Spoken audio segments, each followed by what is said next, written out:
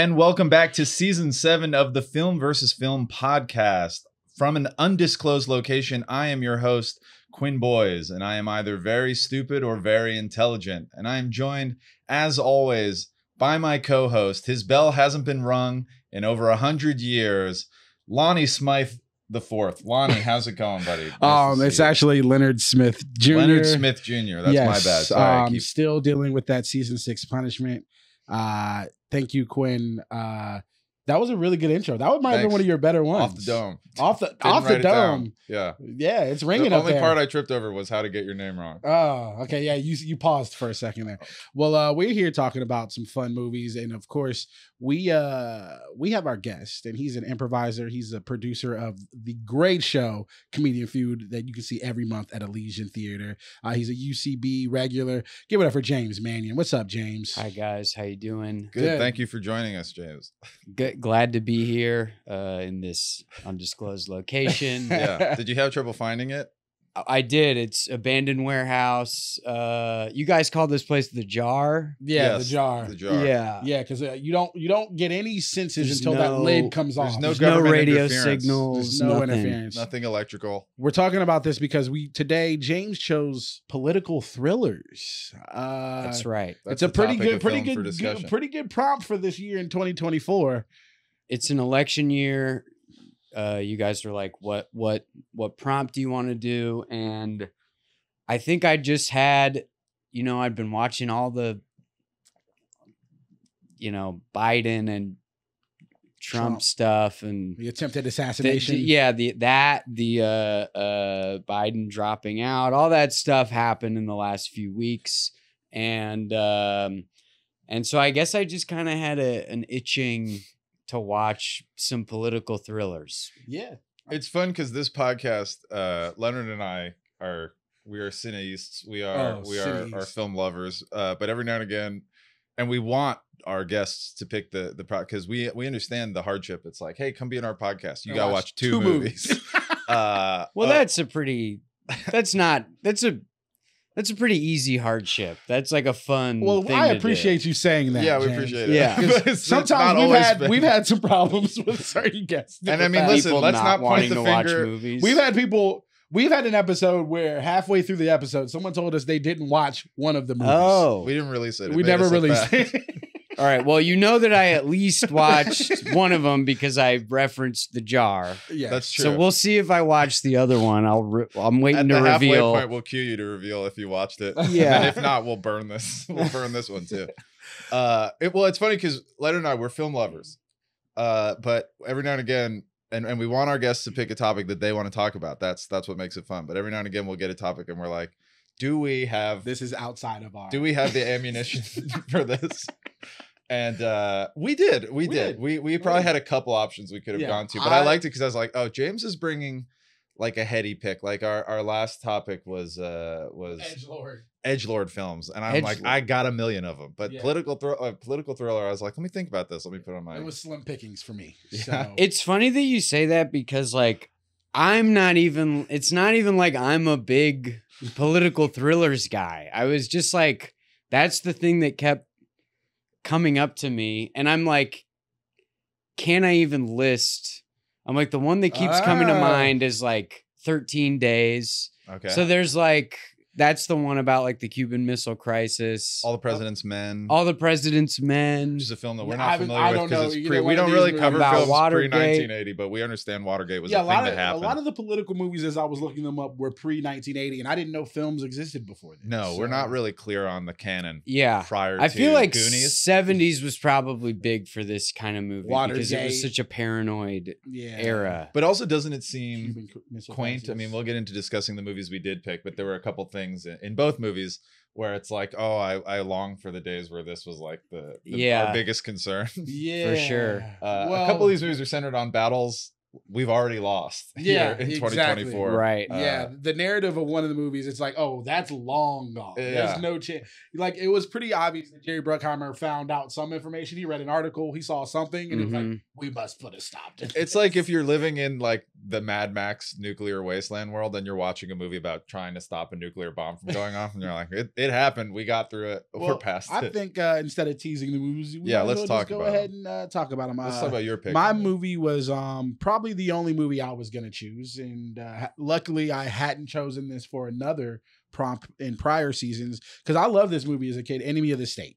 Enemy of the State, Will Smith, Gene Hackman. It's a Tony Scott, Jerry Bruckheimer film directed by Tony Scott. Came out in 1998. It's about a senator who is murdered because he doesn't want to pass a certain bill. There is someone in the government ranks who is trying to rise and get this bill passed. So he kills the guy, which is kind of a crazy choice. And it's caught on film.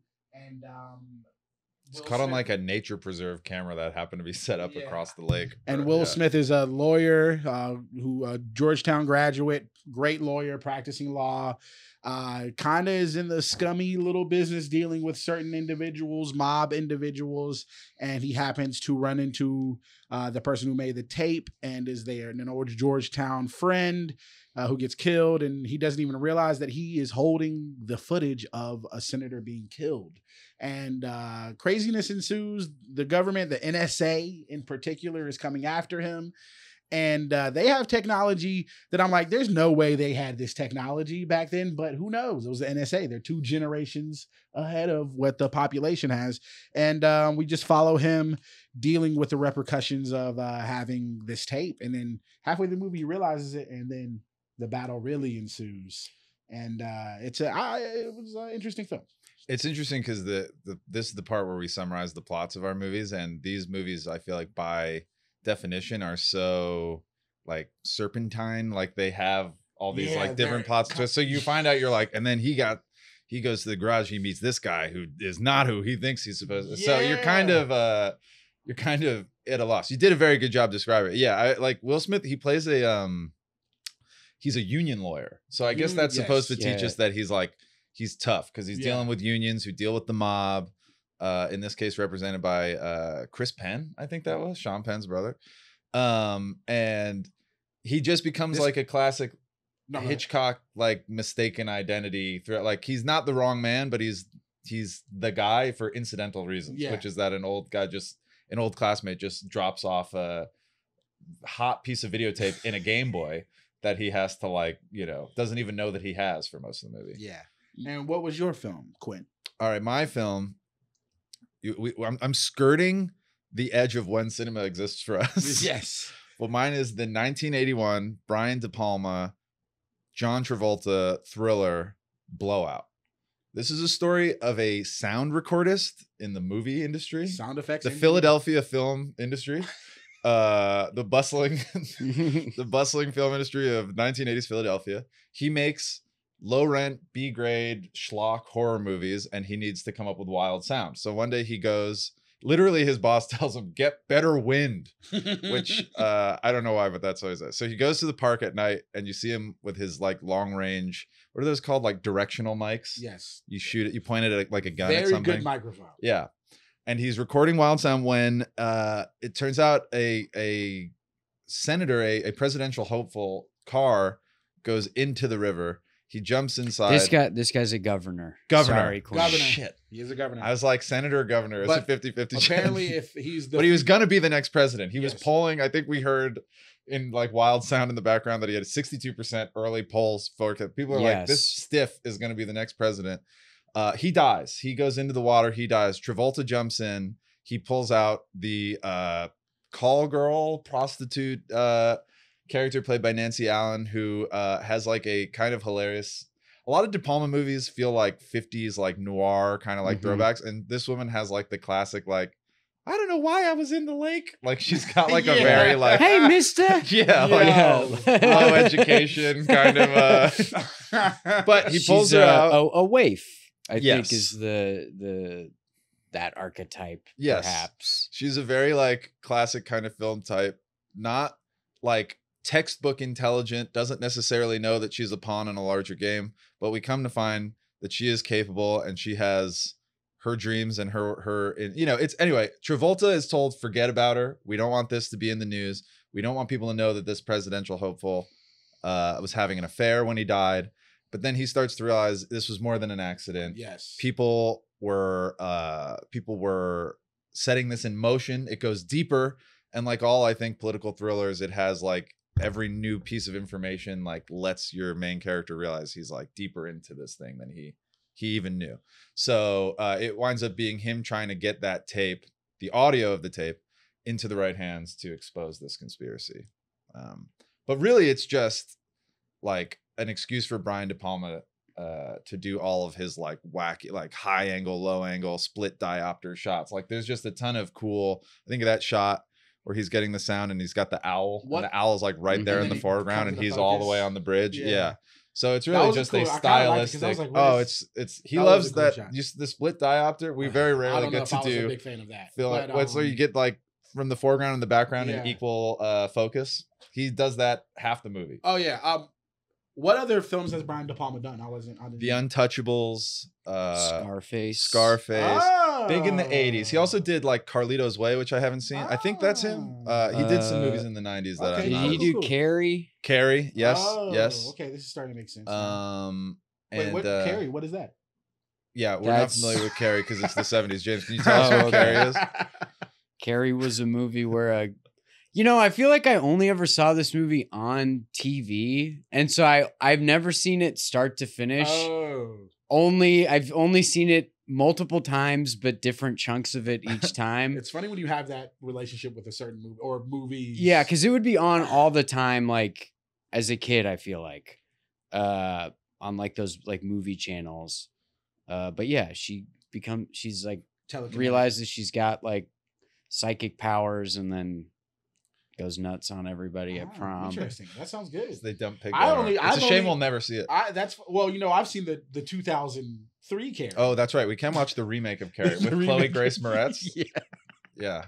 Okay, let's talk about 2003. No, it was later. 2010. No, they made a version of Carrie in like 99. Let's all get our cell phones out. He did do Carlito's Way. Okay, hell yeah. They made a version of Carrie like in the early 2000s, and I remember it because she fucked up a whole bunch of people with CDs. But Brian De Palma, Leonard, to more accurately answer your question, he is like one of the dubbed film brats that came of age in the 70s, and they were like the kind of new cinema along with Scorsese and Spielberg and I guess George Lucas. Okay. What's his name who directed The Godfather? Coppola. The director, Brat Pack. A little bit, yeah. He is not as, I don't know what he's doing today. I don't know if people still let him make movies, but he had a moment in the 80s and you could see it. It's the fact that you don't know means he didn't do anything bad that we know of. So that's I'm not sure. I'm not sure about that. No, I mean he's a legend. His name hasn't been besmirched. He's got his followers for sure. Well, Quinn, how did you get to choose this movie Blowout? I'm more interested in actually. Well, I guess we did talk to you, James, about it, but I like. I'll say how I chose it, but what I appreciated about James too is you're like, we're in this heightened political climate. It's only going to get worse, I feel like, between now and November, just in terms of everything that we associate with an election season. And I like, Jay's like, I just want to watch some. So what you got? So I was like, I got to be thoughtful about this. I don't want to just put like a movie because it's a genre that I like, but it's not a genre that I feel like I see like 3 political thrillers a year. You know, it feels like you get them less. They're hard to do because like they can be like, well, so I there's almost kind of 2 categories. Like there's fictionalized there's like ones that are based off like real events. Yeah. Right. So that would be like All the President's Men, 13 Days. And I guess I imagine the thing that's tough about those is like making it compelling while not like changing like facts or whatever, and also not being, I don't know, keeping it interesting without like, I feel like a movie like that can be like really heavy-handed sometimes, like with a certain like, we know how the story ended, so we all know what the right thing all along was or whatever, right? Like maintaining a certain like keeping it interesting, both plot wise and like thematically in the moment, even though we all know like what the result is, what happened. But then these were both like fictional, like political thrillers. So these aren't based on like real people or like real historical events. And then I feel like with those, the challenge is like making it still feel plausible and like relevant. And there's a lot of similarities in our movie. Like both of our movies feature an inciting incident in which a car goes into a lake, or a body of water, and the circumstances around that are not as they seem and are the part of the cover up that is. There's also a piece of videotape in both that is the MacGuffin that like issue, like the thing you need to get into the hands of the right people to either redeem yourself or to expose somebody. Like there is a lot of parallels. Yeah, they're between our movies. It was a cool pairing because they both start with car going into water. Yeah. Well, one started with a softcore porn scene. That's true. Leonard texts me this when he's watching the movie. And I just, for anyone who knows Leonard or has listened to like 5 minutes of any episode of this podcast, Leonard texts me, goes, "Oh, I see why you picked this movie. There's breasts right away." And you didn't say breasts. And I said "Is that a complaint? Are you registering a complaint? This is an amuse-bouche to the political thriller. Yeah. You're going to have to eat your vegetables, but first, here's some sugar." Like, I don't know why you complain to me about that. I call bullshit, sir. It's a film within a film that they're watching. That you don't really realize that at first, but that's how it starts. And it's like a bad slasher movie. So I guess the Philadelphia movie industry at this time, I guess, was cranking out terrible, like bad B movies. It's also the era. This movie came out in 81. So Halloween. That's what the 80s were all Halloween about. would have been a couple years prior, obviously Friday the 13th. And that perspective of the psycho with the knife and the POV shot, it is like, that's the kind of slasher gore flick that, like, now it's like, oh, it feels like a throwback, and it is now. But it's like right then that was like the sorry to derail us, but I just had to mention that. I was just like, I mean, it's just like, I was like, well, this is the most. It's a movie called Co-ed Frenzy, and there's a bunch of co-eds at a college, and some of them are not wearing clothes, and it's not really clear what they're doing. They're kind of like jumping around their dorm room. They're doing sorority stuff. They're just having a party. Like, what am they're I just watching listening to music right and dancing now? and looking at each other's breasts. Yeah. It's not important. What is important is that Travolta needs a scream. And it is the whole thing. Like, that's the climactic moment of the shot. And I had to, like, it is so funny. That scream when she so screams. Bad. And it is. Oh, and yeah. And then they like drop out all the other sound. I mean, this is a great pick for like, well, I'm obviously I'm going to be arguing that this is a great pick for political thriller, but it also could have been for like movie making as metaphor, I guess, as a movie, because there is so much of his like movie making job that becomes relevant to his espionage. But yeah, it's which I might argue was maybe a little bit too heavy handed. Fair enough. I'm sure we got to come for each other eventually. But to answer your original question, which I ducked, which was why I picked this movie, is that I feel like I have, in the era of movies that we talk about, I think we have gotten worse at political thrillers. Maybe it's just that like our political reality is so exposed and like upsetting. But I was like, I got to pick one. And I had seen this movie.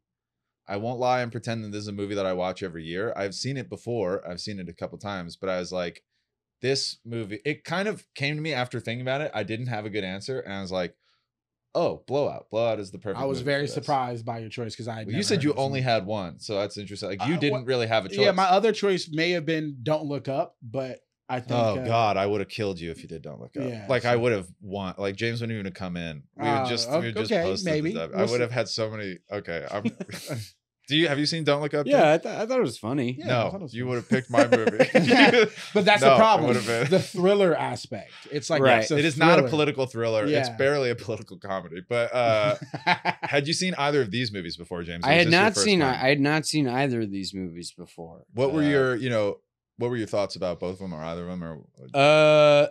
So I thought, well, like we were saying, I thought it was very cool how they have like watching them together was cool because they have very similar very similar structures. And I'm assuming it's okay to like talk about. Please spoil. Yeah, we'll spoil both of these movies. But it is interesting. I hadn't seen yours, and he hadn't seen mine, so we'd have no way of knowing we're giving you such similar movies. Yeah, like they're very similar, at least in like, okay, it starts off with a political assassination involving a car going into a river or lake, and then there's like a normal guy who like happens to be in the vicinity of this, but he himself is not like a political actor, like really. And so like the main character just suddenly has like evidence of this thing, is trying to expose this cover up. There's some twists along the way, although like basically in both of these, you pretty much know what the conspiracy is, like pretty much right away. And it's more about like there are facets of it that you don't know, or you don't necessarily know like who's helping who, or how everyone got into this situation. But like you pretty much know right away what the conspiracy is and pretty much who did it. And it's really more just about this character trying to piece together for himself and figure out how to bring this to light. And in both of them, they both end similarly, where I think in both of them, the conspiracy ultimately like is not exposed, or at least the extent of the conspiracy is not exposed. So it's sort of left with this like weird taste in your mouth where like it's Chinatown. Yeah, like they got out of it. The real aspect, it was like where we as civilians don't realize this espionage that is happening, and they may result in a positive way, but we never know about it. What we were hinting at with relation to like the world we live in today, it is funny to see like my movie is 17 years older than yours, but if I can, and this isn't really a fault of Enemy of the State, which I have other thoughts on, but like the idea that in 1998 there was this movie about like, oh man, the government wants to pass this sweeping law which will allow it at any point that they choose to just totally tap into your bank account, we can tap your phone, we can tap your whatever, like, which is already a thing the government has the ability to do, but it's just a harder threshold to clear, and you need evidence to like, why are we tapping this? But it's not like this is like the invention of wiretapping, but it's the idea of like a global, or at least a nationwide network. But if it's the US, it's basically global, where they could just like snap their fingers, like, give me everything Leonard's doing right now. I want eyes on him from the sky. I want his cell phone whenever he calls someone. And the idea that we're like, oh, what a terrible state, like this techno future that we might live in, which is a terrifying prospect in 98, is now, we're living in it. Well, it's I'm not even trying plausible. To be a conspiracy theorist. It's way more right. Like, I mean, and like, I guess 9/11 would happen a few years later, and then the Patriot Act, and then we'd find out, they're talking about the Patriot Act. They're doing a lot of this stuff. So it was prescient, I guess, at the time. I don't really know what the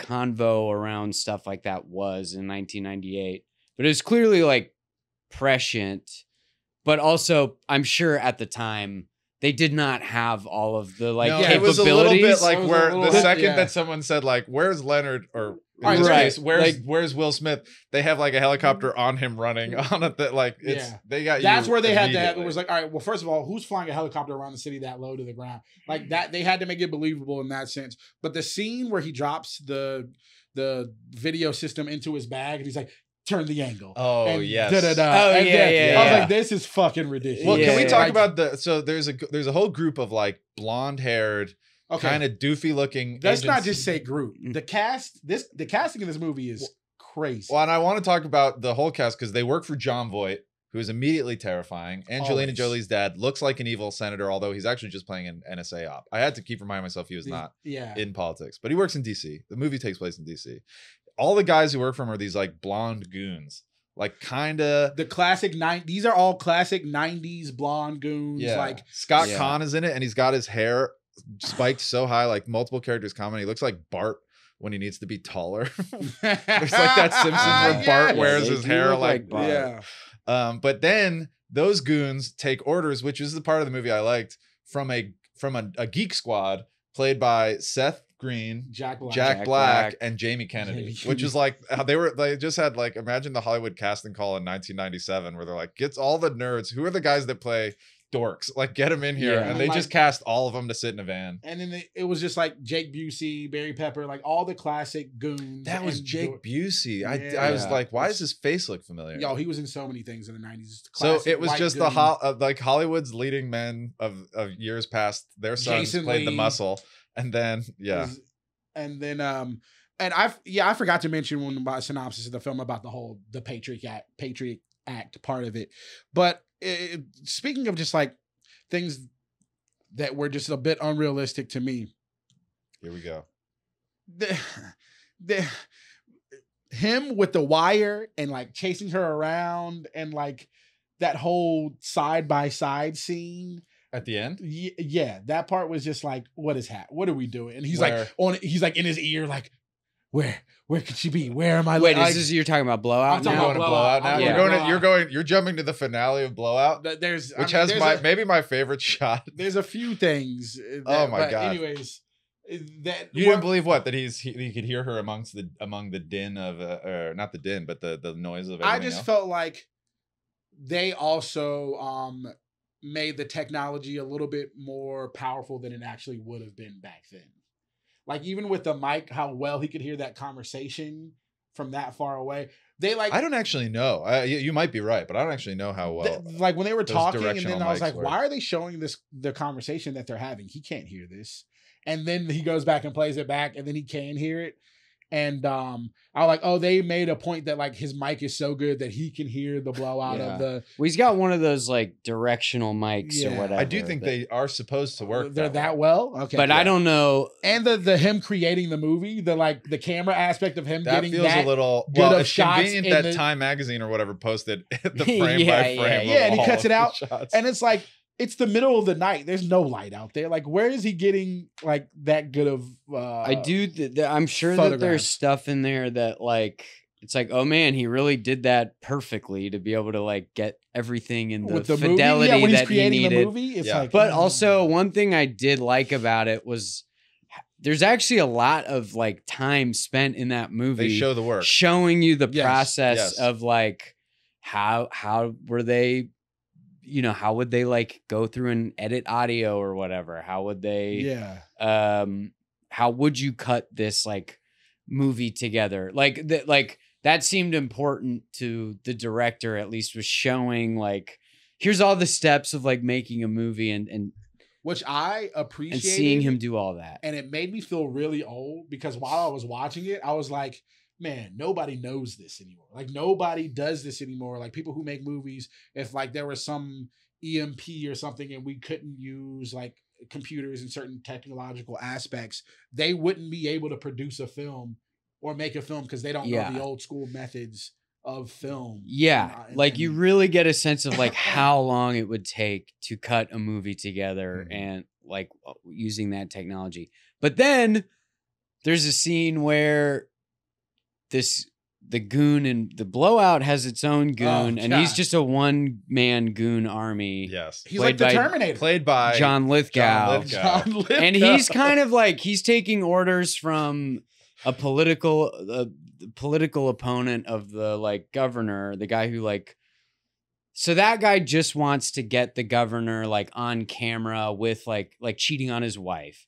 And I guess John Lithgow goes rogue and decides, he's like, well, I thought maybe I would also just shoot his tire out and kill him. And then he starts going and like to tie up the loose ends, he becomes a serial killer Yeah. and stages a bunch of That- sex killings. Yeah, he so goes that, season 5 of The Wire. so on that them. he can cover up like him killing the one call girl. Yeah.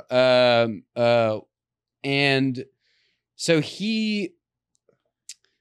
there's a scene where he goes in and like deletes all of John Travolta's sound recordings. Mhm. Like he goes in and there's this scene where John Travolta's like trying to play his recording and it's like not playing. It's just like he's just hearing like empty static and feedback.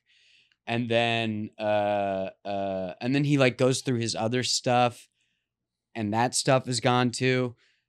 And like it seems like am I reading that scene right? Like the John Lithgow went in and like He makes deleted his entire like recording library, like how all did he of do his that? sounds. And I'm like, that would have taken like 2 days Yeah. for him to do. Like I literally rewound the movie and I was like, did I miss something? Yeah. I was like, did I miss this? Because this doesn't make any sense. yeah, because first of all, both these movies are goofy as hell. I think I appreciate the like slightly more grounded take in Blowout. Obviously, that was my pick, but it is. I mean, on one hand, you could look at it as indefensible, or just like the kind of wacky genre-y stuff that De Palma kind of leans into. Is that conversation with Lithgow where he goes, first of all, he's trying to kill the I'm forgetting her name. Nancy Allen is the name of the waif character, but her actual name. But he's trying to kill her, and he just sees the wrong lady get off. Sally. He's trying to kill Sally. He just sees another lady who looks like her with curly brown hair. He murders her in a construction site, finds out later that he fucked up, and he goes, okay, I just love the like planning of like, okay, I can fix this. I'm going to become a serial killer. I'll murder a couple other women. Yeah, that scene It'll was become hella a confusing. theme. And it worked. It worked, by the way. Ultimately, that was like accepted. he is this genius. Right. I guess he's so smart. He's like a genius at like wiretapping people and Yeah. breaking into people's houses and stuff.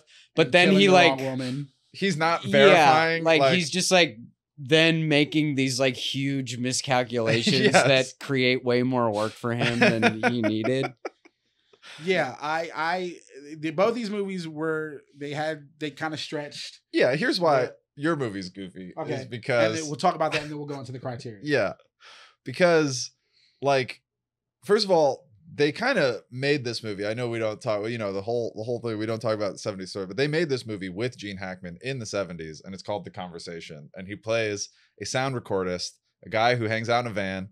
And like, there's a scene where he's following this couple because they're trying to do like corporate espionage. They're trying to find out like something this guy's talking about with a woman that he works with. And they follow them around the park. And there's a similar scene like in this movie where, there's a guy pretending to be a hobo and maybe he's got a mic in his jacket. And then there's a guy with like balloons, but he's got like a directional mic that you can't see. And so they're picking up sound from all these places. And I'm sure it's an homage. Tony Scott was probably raised on these movies that he was trying to make.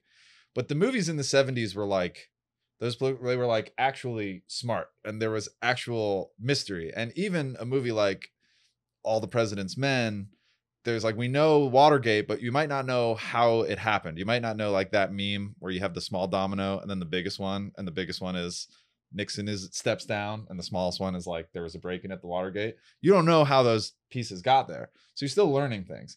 This one, John Voight is the most evil person in America. He says to the guys like, I need you to vote for this bill or else we won't be able to spy on everyone. The guy's like, I won't do it. And then he just gets killed in the water. So you are never behind the character. In fact, the characters are always behind you, which I feel like is a less interesting place to be. In Blowout, we understand Travolta's on it early. He's like, no, I heard a shot. There was a shot. This is like being covered up. But we don't know if it's like being covered up because the presidential candidate had a woman in his car that wasn't his wife. We find out later, like the Dennis Franz character has this whole playing a very like New York City character-y guy, like a guy who has like grease stains on his wife beater and lives in a shoebox apartment and just has all this like like you don't know how him Sally and Nancy factors Allen in. feel like they're in like a Streetcar Named Desire or something. Yeah, that's right. They're in a totally different movie. But you are getting information as the movie progresses. You are not John Travolta. Is getting information as you're getting information. I feel like you're this making is just a final Will Smith argument right now. This is Will Smith trying to do like his bad boy shtick in a political thriller, and I don't think it really meshes. Okay, well, that was a nice final argument. That's not my final. Before we did criteria, you have something to say. This movie James? is fake smart. No. I have thoughts about Enemy of the State as well that are maybe a little more positive, but I wanted to hear what you. It seemed like you were about to I was just trying to keep he'll make space for you to do. We'll talk about it as we go through these criteria. All right. Well, we should talk about the first criteria. I feel is it's pop culture. Pop culture. It's pop culture, and I don't think either one of these movies fall off the face of the earth. Very much pop cultural reference. I think Will Smith gets Will Smith. Will Smith doing a political thriller. I watched it, as a kid. When you think about Will Smith's movies from the 90s, when he made the Fresh Prince Jump 2 movies, the ones that are mentioned are typically in some order: Bad Boys, Independence Day, Men in Black. And you might even throw in Wild Wild West, which is when it kind of teetered for a moment at the end of the 90s. This one tends to get not Lost. forgotten, but overlooked for Yeah, sure. overlooked for sure. And it's directed by Tony Scott, Ridley Scott's brother, a great director in his own right. Not quite as good as Ridley Scott, I don't think, but has fans and knows what he's doing. But it's not like in the Ridley Scott, or it's not in the Tony Scott canon either when people talk about his movies. Not really. Blowout, I don't think it has any pop cultural phenomenon. I think references at all. As James mentioned, De Palma is kind of a master for people who are like interested in different eras of film and stuff. He is a notable figure. It's interesting to see Travolta in this movie. Like, it's an interesting time in Travolta's career because it's like before he kind of goes away. His performance. He's good, and he's got I did like his performance. But it's. I mean, if you think about Travolta's career too, you're probably going to talk about Grease, Pulp Fiction, a number of other movies before you get to this one. So they're both kind of under the radar films. I don't think we have like a clear and in the winner. political thriller genre, I feel like they're both underrated as far as pop culture goes. Well, that leads us to how do these films hold up? I'm going to talk about it right now. We talked about it earlier. Dennis Franz. I thought I was watching a fucking play. I thought I was watching a play when he was acting. Hey, yeah, what are you doing? I'm always holding something in my hand. Actor Dennis Franz. I always got a bottle in my hand. I was like, Dennis Franz is better than this. What am I watching right now? I felt, and then Sally's performance, it was just like, it was weird. Her performance, his performance, it didn't feel like it held up very well for me. The beginning was kind of weird with the little, both of these movies showed like the industry and like, hey, look, we got to have a moment where we show women's bodies. Like when he's in the little lingerie shop. Oh my God. That's the worst scene in the movie. Yeah. I mean, where he's trying to buy the thing for his wife and she's like these? Yeah. That is the he like. goes way bigger than those. Respectively.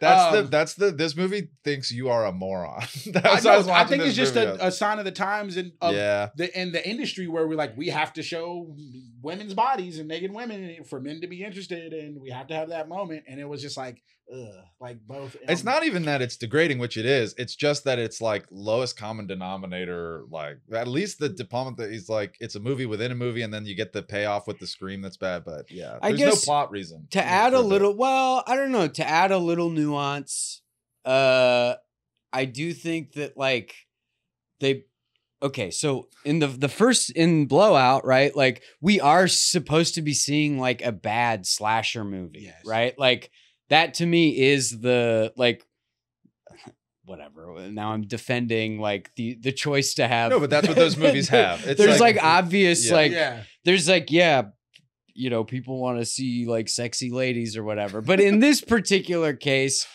in Blowout, they're showing like, okay, this is they're making bad slasher movies.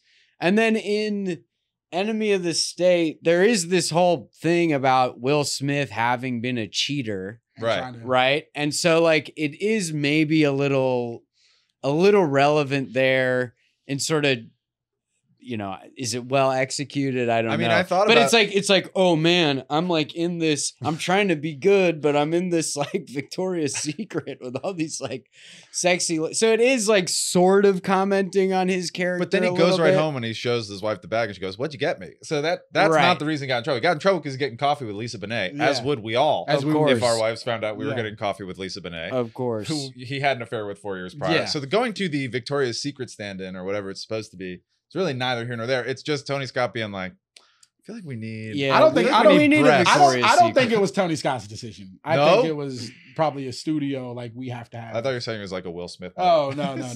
Hey, I'm buying ice cream in this scene. I will say though, what doesn't hold up is like, there's no way they had access to some of those tech. Like there's a scene where like Seth Green's like, all right, he's going into a barbershop. Oh, he's going into a Chinese restaurant. It's like, nigga, you didn't have Google Maps back then. Like, how do you know the name of the business instantly as soon as he runs into them? These guys are good. Yeah, it just it felt a little bit that scene where Seth Green's like checking the military guys. He's like, are we clear? And they're like, yeah. I was like, I kind of wish the movie was a little like leaned into goofy like that, because that is the fun where Seth Green is the one you don't want to get chewed out by. Okay, so they don't. But is there anything? I mean, well, we talked, I guess, a little bit of hold up, like the dark future that Enemy of the State is talking about has come to pass. Well. Yeah. So it has. Well, I feel like it has both held up very well, in that it was absolutely predictive of a thing that was about to happen. But it also kind of, to me, renders the dramatic stakes of the movie a little inert. It's not as like. See, I think you're saying that from a viewpoint now. Of course, I don't think people in that's what does this hold up feeling. I think it holds up in the sense that they were so right, but I don't think people were thinking that was going to be the future back then. I don't think so. I that's why I think it was kind of good. I mean, I think one thing that goes in Enemy of the State's favor is that like it is about a specific like thing. Like it's about this specific political problem of like surveillance and like the national security like apparatus or complex or whatever. Whereas Blowout isn't really about like the political assassination kind of is the context, but we don't really know anything. It's like very devoid of any like specific political content. It's like, yeah, it's bad to assassinate a presidential candidate, but I don't know that we know like. Glad we have you on record saying that. Anything.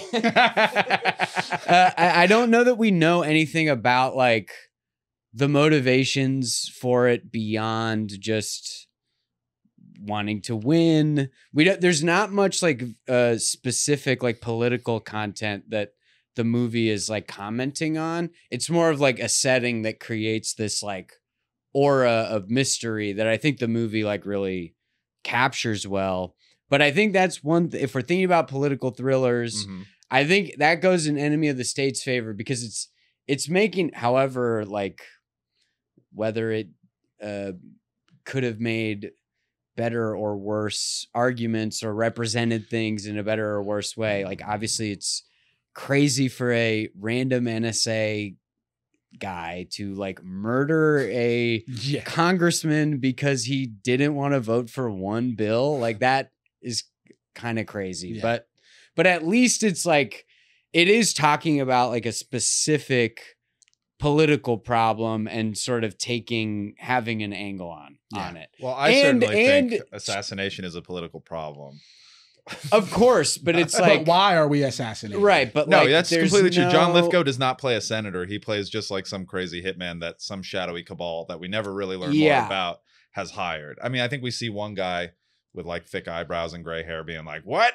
But we don't see that guy again. He doesn't really factor. That is a good point. I can't say. Now I have a question for both of you. Was Jennifer Coolidge in either one of these movies?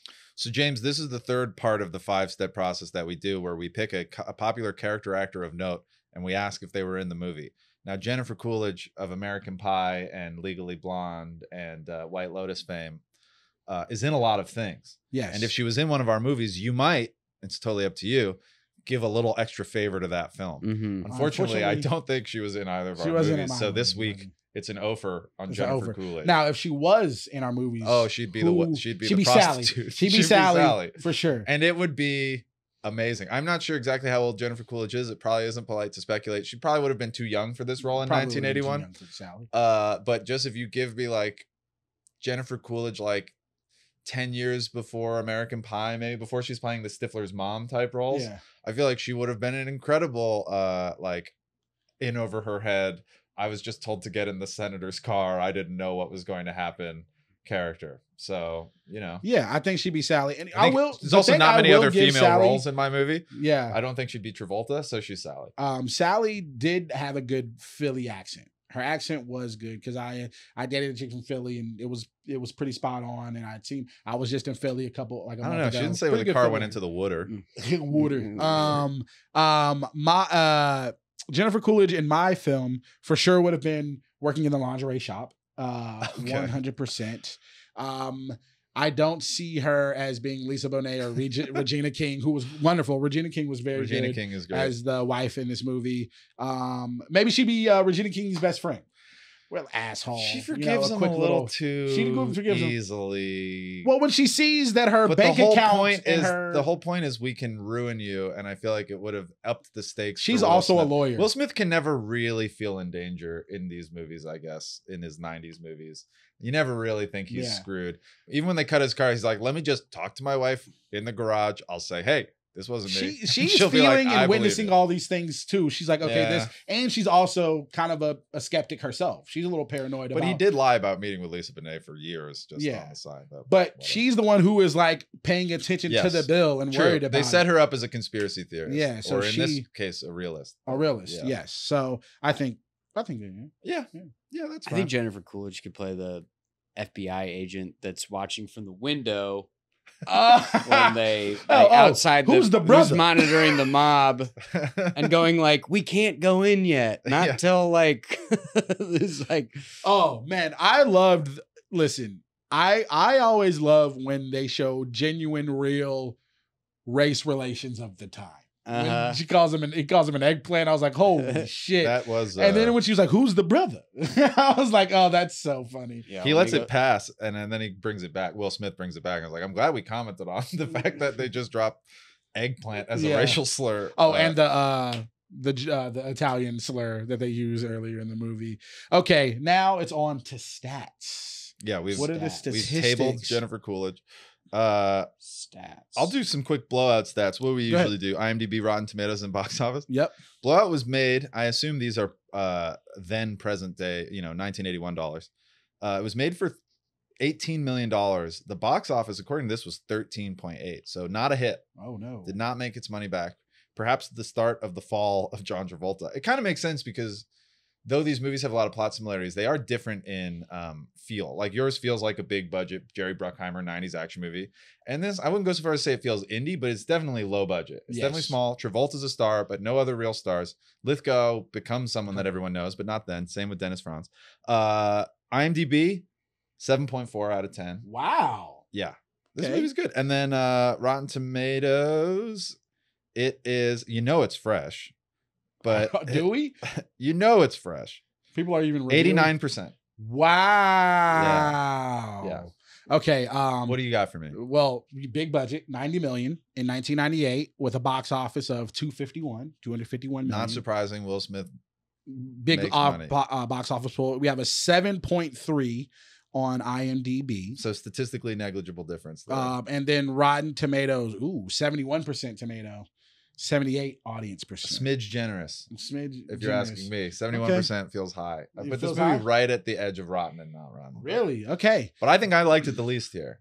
Yeah. I guess I won last time. I'll start with the fight, or do you want to go first? Yeah, James, I mean, unless you have anything you feel we haven't covered, or we can transition into our final arguments now. Leonard will speak for a bit about his film. I'll speak about mine. And then the floor is yours based on any criteria that you want. You could have had your mind made up anyway before you sat down, but maybe we've swayed you. Maybe we will. And then you're just going to tell us which movie you picked. I just want to point out a shot from each movie that please, sticks in my mind. The ending shot in Blowout with the fireworks going over the Amazing. head was a legitimately awesome. incredible, so shot. melodramatic, but in the best way. Yeah, I mean, it just looked so good. It goes on for so long, and then I thought that the credit sequence of Enemy of the State is awesome. Like it's the most like paranoid, like the opening credit crazy. sequence? Yeah, the Yeah. opening credit sequence with all the satellite footage and the Yeah. music's constantly changing. I thought that was awesome. Those are the only. That's all. I did put that in my notes. Like they both had very interesting opening credits. Yes. With the sound effects and or whatever. All right, I guess I'll start my argument. Earlier I almost wanted to stop James from talking because he was giving my argument. One of my major arguments about. I knew what your argument would be. Don't film. presume I wouldn't know. I got your whole place. The major argument of my film is my movie starts with someone in the government, a high ranking official in a large government bureau, the NSA, killing another politician in broad daylight. We know why. It is a political bill that he is trying to pass. There is a main motivation, and it's all political. We're dealing with the government. I don't know who the fuck we're dealing with in Blowout. Blowout is really about a man gone rogue. Like we don't even know that man on the phone. We don't even know if he's a political servant, if he's the other person running for president. We don't know if he's an aide. We don't know if he's actually in the government. I don't know the motivation. It doesn't feel like a political thriller to me. It just feels more like a thriller. It feels like a Hitchcock type film about a man getting caught in the wrong situation. And it could have been any type of murder, any type of killing. It just happens to be president. And So the motivation is skewed in that point of view as far as it feeling like a political thriller to me. And I genuinely was enjoying this movie. Just as a movie, it felt like a mountain, like a symmetrical mountain. It was like, okay, titties. Well, this is weird. Okay, I don't know. I thought it was a good political thriller. Base camp of any mountain. Yeah, it would come. And then we get to the middle point, and I'm like, oh, this movie's fucking good, man. John Travolta's really doing his thing. I'm liking him see great hair. I'm liking Travolta him. in this movie. I like the process of like the movie thing, and it felt good. And then it got to the halfway point, and it just fucking plateaued, and then it just fell off a cliff. The whole Dennis, it got a little convoluted. The plot got twisted in a weird way that I didn't appreciate. And I felt like it was getting further and further away from the political aspect until the moment. And then when I found out that it's just some man gone rogue and they didn't even plan to kill him in the first place, I'm like, well, what the hell is this? And the last 20, 30 minutes of the movie, I didn't like it. It just didn't. That scene of a man driving through a fucking parade in his car. Not successfully. He got successfully. He went through. He got away. He didn't get arrested. No police. He was in a thing. They should have handcuffed him. I know there's a crazy scene with Will Smith. It is very comparable how the thing. They both end up in an ambulance. They both end up in an ambulance and escape in the ambulance. They both are very ridiculous, but one felt more plausible than the other. The fact that he didn't kill a single person driving through that parade, it kind of took me out of the movie. Oh, like just a man barely down a parade of people didn't seem extreme. He was honking, probably. It was too heavy-handed, especially for the fact that how would he have gotten away with this? How did he not get arrested? His plates were on his truck. So many things that were happening was taking me out of the movie, and then the scene of him trying to get to her and finding her, and then she dies. And then he doesn't do it. He doesn't do it.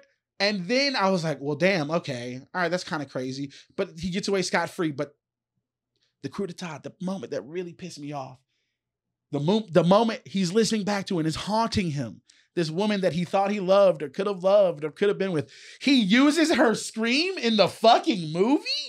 I know it was supposed to be a way to tie it all together, but it felt ridiculous. I think he lost his mind. Maybe he lost his mind, but as a viewer, I was like, I hate this movie. It was the stamp of approval for me to hate this movie. I know my movie was ridiculous, and I know it had some things that just felt unrealistic, but my movie felt like a political thriller from beginning to end. And there were some maybe convoluted parts about Enemy of the State, but the way it all tied together with the tape of him and at the thing and them all shooting each other, it felt like a great, smart way out. God, to me. All right, you got to wrap up so I can go. I'm done.